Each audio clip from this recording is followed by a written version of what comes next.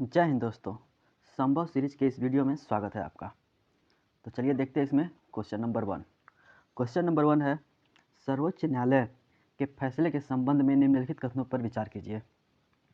इसमें पहला कथन है, शंकरी प्रसाद मामले में सर्वोच्च न्यायालय ने कहा कि अनुच्छेद 13 में कानून में केवल साधारण कानून शामिल होंगे। ये कथन सही है, क्योंकि शंकरी प्रसाद केस 1951 में सर्वोच्च न्यायालय ने फैसला सुनाया कि अनुच्छेद 13 में कानून शब्द में केवल साधारण कानून ही शामिल होंगे, न कि संवैधानिक संशोधन अधिनियम, जिसे संवैधानिक कानून भी कहते हैं। इसलिए संसद एक संवैधानिक संशोधन अधिनियम बनाकर किसी भी मौलिक अधिकार को संक्षिप्त कर सकती है या छीन सकती है, और ऐसा कानून अनुच्छेद 13 के तहत शून्य नहीं होगा। कथन नंबर 2 है, गोलकनाथ मामले में सर्वोच्च न्यायालय ने कहा कि एक संवैधानिक संशोधन अधिनियम भी अनुच्छेद 13 के अर्थ के भीतर एक कानून होगा। ये भी कथन सही है। गोलकनाथ मामले 1967 में एक संवैधानिक संशोधन अधिनियम में अनुच्छेद 13 के अर्थ के अंतर्गत एक कानून है, और इसलिए किसी भी मौलिक अधिकार का उल्लंघन करने में सक्षम नहीं है।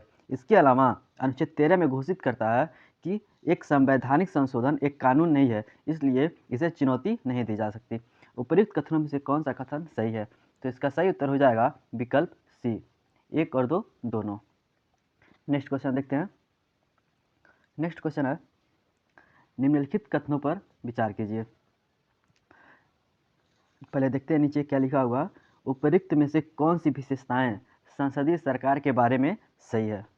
अगर जो संसदीय सरकार की विशेषताओं या सिद्धांतों की बात करें तो उसमें नाम मात्र या वास्तविक, जिसे दोहरी कार्यपालिका भी कहते हैं, ये उसकी विशेषता है। बहुमत पार्टी शासन, ये उसकी विशेषता है। सामूहिक उत्तरदायिता, राजनीतिक एकरूपता, दोहरी सरकार, जिसे एकल सदस्यता राष्ट्रपति प्रणाली की विशेषता भी कहते हैं, और निचले सदन का विघटन, ये सब संसदीय सरकार की विशेषताएं होती हैं। तो दिए गए विकल्पों में से देखते हैं कौन कौन भारत के संसदीय सरकार की विशेषता के अंतर्गत आता है। तो नाम मात्र एवं वास्तविक कार्यपालिका, ये इसके अंतर्गत आता है। एकल सदस्यता, ये नहीं आता है। तीसरा है सामूहिक उत्तरदायिता, ये इसी के अंतर्गत आता है। चौथा, निचले सदन का विघटन, ये इसी के अंतर्गत आता है। और अस्थायी सरकार, ये नहीं आता है। चुनाव तो होते ही रहते हैं, तो अस्थायी सरकार नहीं होगा। तो इसमें 1, 3 और 4 हैं। तो नीचे कूट से मिल के हो जाएगा ऑप्शन सी, 1, 3 और 4। नेक्स्ट क्वेश्चन है, निम्नलिखित में कथनों पर विचार कीजिए। पहला कथन है, भारत में किसी भी व्यक्ति को मंत्री के रूप में नियुक्त किया जा सकता है, जबकि ब्रिटेन में केवल सांसदों को मंत्री के रूप में नियुक्त किया जाता है। ये कथन बिल्कुल सही है। आमतौर पर केवल संसद सदस्यों को ही ब्रिटेन में मंत्री के रूप में नियुक्त किया जाता है। भारत में एक व्यक्ति जो संसद का सदस्य नहीं है, उसे भी मंत्री के रूप में नियुक्त किया जा सकता है, लेकिन अधिकतम 6 महीने की अवधि के लिए। दूसरा कथन है, संविधान के तहत भारत में मंत्रियों की कानूनी जिम्मेदारी की व्यवस्था है। ये कथन गलत है। अनुच्छेद 15 के तहत सामूहिक जिम्मेदारी का अर्थ है कि सभी मंत्रिमंडल द्वारा किए गए सामूहिक निर्णयों से बंधे हुए हैं। तदनुसार मंत्री अपने कैबिनेट सहयोगियों के साथ और उनके उनकी कार्य से वो करते हैं सलाह पे। उपर्युक्त कथनों में से कौन सा कथन सही है? तो इसका सही उत्तर हो जाएगा ऑप्शन ए, केवल 1। नेक्स्ट क्वेश्चन है, निम्नलिखित पर विचार कीजिए। संघीय सरकार के संदर्भ में उपर्युक्त में से कौन सी विशेषताएं सही है? तो अगर जो देखें संघीय सरकार की विशेषता में दोहरी सरकार, लिखित संविधान, राष्ट्रीय और क्षेत्रीय सरकार के बीच शक्तियों का पृथक्करण, द्विसदनी विधायिका, संविधान की सर्वोच्चता और स्वतंत्र न्यायपालिका, ये सब संघीय सरकार की विशेषताओं के रूप में संदर्भित किए जाते हैं।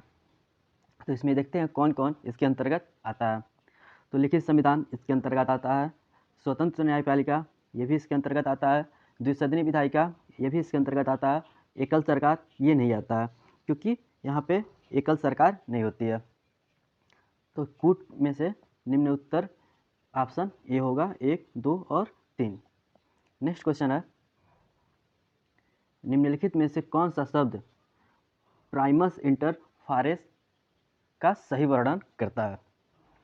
तो आरंभ में ब्रिटिश संवैधानिक और राजनीतिक विशेषज्ञों ने प्रधानमंत्री को कैबिनेट के संबंध में प्राइमस इंटर फोरस, जिसे समानता के बीच प्रथम के रूप में वर्णित किया है। तो इसका सही उत्तर हो जाएगा ऑप्शन ए, समानता के बीच प्रथम। नेक्स्ट क्वेश्चन है, मीठी क्रांति के संदर्भ में निम्नलिखित कथनों पर विचार कीजिए। पहला कथन है, इस पहल का उद्देश्य भारत के उत्तर पूर्वी राज्यों में गन्ना उत्पादन को बढ़ावा देना है। यह कथन बिल्कुल गलत है, क्योंकि अगर जो देखें तो राष्ट्रीय मधुमक्खी पालन और शहद मिशन का उद्देश्य देश में संवैधानिक मधुमक्खी पालन के समग्र प्रचार और विकास को मीठी क्रांति के लक्ष्य को प्राप्त करना है, जिससे राष्ट्रीय मधुमक्खी बोर्ड, जिसे एनबीबी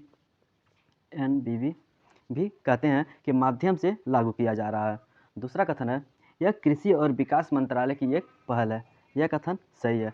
कृषि सहकारिता और किसान कल्याण विभाग के तहत राष्ट्रीय मधुमक्खी बोर्ड गतिविधियों के अंतर्गत हुए एनबीएचएम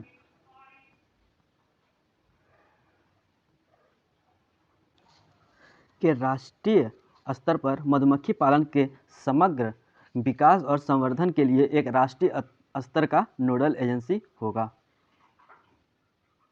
तो इसका सही उत्तर हो जाएगा विकल्प बी, केवल 2।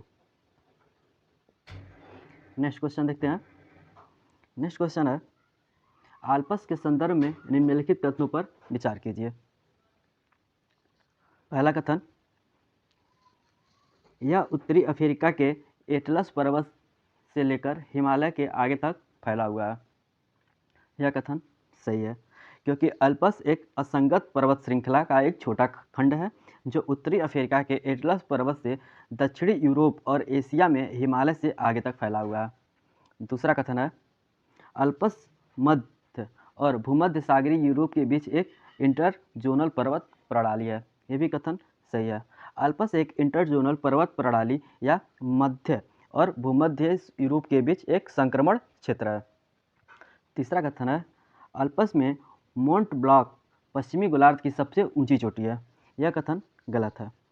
पश्चिमी गोलार्ध का सबसे ऊंचा स्थान माउंट एकाकोगुआ, जो दक्षिणी एंडीज पर्वत में स्थित है। उपर्युक्त कथनों में से कौन सा कथन सही नहीं है? तो इसका सही उत्तर हो जाएगा विकल्प सी, केवल 3।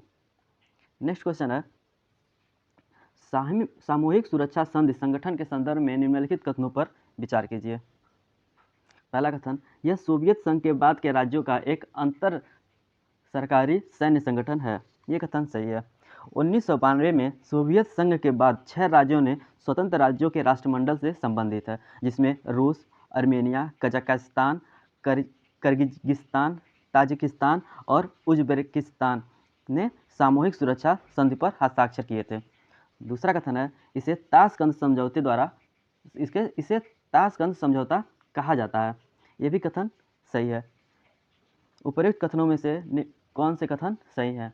तो इसका सही उत्तर हो जाएगा विकल्प सी, 1 और 2 दोनों। नेक्स्ट क्वेश्चन है, निम्नलिखित कथनों पर विचार कीजिए। पहला कथन, विश्व व्यापार संगठन पिछले वर्ष के वर्तमान अमेरिकी डॉलर में प्रति व्यक्ति सकल राष्ट्रीय आय के आधार पर अपने सदस्यों को विकासशील और विकसित देशों का दर्जा देता है। यह कथन बिल्कुल गलत है। विश्व व्यापार संगठन ने विकसित और विकासशील देशों को परिभाषित नहीं किया है और इसीलिए सदस्य देश यह घोषणा करते हैं कि स्वतंत्र हैं कि वे विकसित हैं या विकासशील। विश्व बैंक दुनिया की अर्थव्यवस्थाओं को 4 आय समूह, जिसे निम्न मध्य, उच्च आय वाले देशों में वर्गीकृत किया है। वर्गीकरण को प्रत्येक वर्ष 1 जुलाई को प्रकाशित किया जाता है और यह पिछले वर्ष के वर्तमान अमेरिकी डॉलर में प्रति व्यक्ति सकल राष्ट्रीय आय पर आधारित है। दूसरा कथन है, विकासशील देशों को वरीयता के सामान्यीकृत प्रणाली योजना से स्वतः लाभ मिलता है। यह भी कथन गलत है।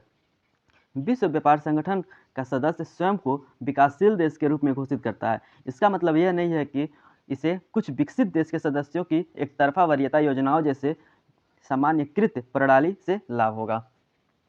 उपर्युक्त कथनों में से कौन सा कथन सही है? तो दोनों कथन गलत है। तो इसका सही उत्तर हो जाएगा विकल्प सी, 1 और 2 दोनों। नेक्स्ट क्वेश्चन है, हाल ही में खबरों में रहा गेटवे टू हेल निम्नलिखित में से किस देश में स्थित है? इसका सही उत्तर हो जाएगा तुर्कमेनिस्तान। हाल ही में तुर्कमेनिस्तान ने दरवाज़ा गैस कटर्स में आग बुझाने का एक तरीका खोजने का फैसला किया है, क्योंकि यह पर्यावरण और आसपास रहने वाले लोगों के स्वास्थ्य के साथ मूल्यवान और प्राकृतिक संसाधनों के नुकसान के साथ साथ देश को महत्वपूर्ण रूप से प्रभावित कर सकता है। तुर्कमेनिस्तान मीथेन गैस के रिसाव के केंद्र में रहा है। इस वीडियो में सिर्फ 10 क्वेश्चन देखते हैं, अब अगले वीडियो में देखते हैं 10 क्वेश्चन। धन्यवाद।